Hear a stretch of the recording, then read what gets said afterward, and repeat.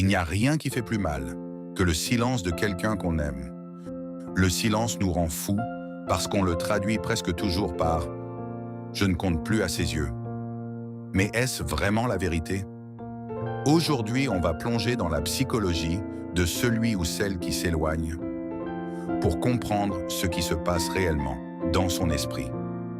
Pour comprendre pourquoi il ou elle ne répond plus, imaginez que nous avons tous une sorte de barrière de sécurité. Certaines personnes, lorsqu'elles se sentent stressées ou quand la relation devient sérieuse trop rapidement, se mettent automatiquement sur la défensive.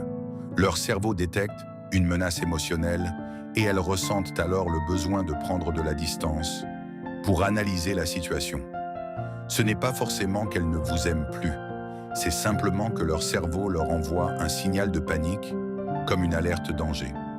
Là où vous avez besoin de parler pour être rassuré, l'autre a parfois besoin de faire un pas en arrière pour réfléchir et remettre de l'ordre dans son esprit avant de prendre une décision. Ce n'est pas une stratégie pour vous faire souffrir. C'est souvent un réflexe de survie émotionnelle. Pour cette personne, le silence est comme une porte qu'on ferme pour retrouver son calme. C'est sa manière de respirer. Et plus vous essayez de la forcer à parler, plus elle se sent étouffée. Résultat, elle s'éloigne encore davantage. Alors, comment savoir si cette personne a simplement besoin de souffler ou si elle est réellement en train de sortir de votre vie? Commençons d'abord par le besoin d'espace. Imaginez une batterie de téléphone à 1%. On ne peut plus passer d'appels, on ne peut plus envoyer de messages. On doit brancher le téléphone et attendre qu'il recharge. Pour certaines personnes, les émotions fonctionnent exactement de la même façon. Elles sont émotionnellement épuisées. Dans ce cas, le silence est souvent temporaire. En général, cela dure entre 24 et 48 heures. Mais le détail le plus important, c'est la manière dont la personne revient. Quelqu'un qui avait simplement besoin d'espace finit souvent par revenir vers vous avec des excuses. Il dira par exemple « Désolé, j'avais besoin de calme. J'étais fatigué mentalement. J'avais besoin de réfléchir un peu. Le lien n'était pas coupé. Il était simplement en pause. » Et s'il ou elle n'est plus intéressé, maintenant parlons du désintérêt. C'est probablement le silence le plus douloureux, parce qu'il est sélectif. Vous remarquez qu'il ou elle ne répond pas à vos messages, mais vous voyez pourtant cette personne en ligne, publier des stories ou répondre aux autres. Ici, le silence n'est plus une pause. Le silence devient un message. Les réponses deviennent froides, courtes, presque mécaniques. Vous avez l'impression de parler à un inconnu. Vous posez une question et on vous répond seulement « Ok, oui, bien ». On ne vous demande même plus comment s'est passée votre journée. Pourquoi?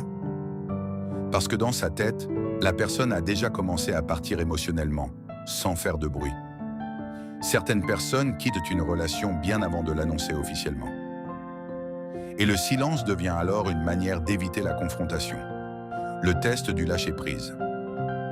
Il existe un test très simple pour faire la différence entre le besoin d'espace et le désintérêt. On peut l'appeler le test du lâcher-prise. Pendant un moment, arrêtez d'être celui qui envoie toujours le dernier message. Arrêtez de relancer la conversation. Laissez un peu d'espace. Si la personne avait seulement besoin de respirer, elle finira naturellement par revenir vers vous dès qu'elle retrouvera son énergie émotionnelle. Mais si elle n'est plus intéressée, alors vous remarquerez que le silence s'installe de plus en plus longtemps. Et parfois, il finit même par devenir définitif. C'est difficile à accepter, mais c'est une vérité importante. Quelqu'un qui veut réellement faire partie de votre vie trouvera toujours un chemin pour revenir, même s'il avance lentement. Le piège de la suranalyse. Le vrai piège du silence, c'est qu'il pousse à trop réfléchir. Et à force de réfléchir, vous finissez souvent par agir sous l'effet de la peur. Vous envoyez alors le message de trop. Est-ce que j'ai fait quelque chose de mal? En faisant cela, vous essayez surtout de calmer votre propre anxiété, mais vous ne réglez pas le problème de l'autre. Au contraire, vous lui transmettez votre stress émotionnel. Imaginez que l'autre personne soit dans une pièce sombre pour se reposer et que vous ouvriez brusquement la porte en allumant la lumière tout en criant « Pourquoi tu dors ?» C'est exactement ce que ressent parfois une personne qui demande du silence. La suranalyse finit par vous faire perdre votre valeur parce qu'elle vous pousse à agir par peur et non par respect pour vous-même. Le silence de l'autre est son choix, mais votre réaction face à ce silence reste votre responsabilité. Que faut-il faire quand le silence s'installe? Alors, que faut-il faire lorsque le silence apparaît dans une relation? La réponse est souvent contre-intuitive. Il ne faut presque rien faire, du moins, rien envers l'autre personne. Rappelez-vous de l'image de la porte. Si vous restez devant cette porte à crier, la personne ne sortira jamais sereinement. Parfois, la meilleure chose à faire est simplement de faire un pas en arrière. Si quelqu'un choisit le silence, offrez-lui ce silence. Pas par vengeance, pas pour manipuler, mais par respect. Respect pour son espace et respect pour votre propre dignité. Abonne-toi pour en savoir plus sur les relations.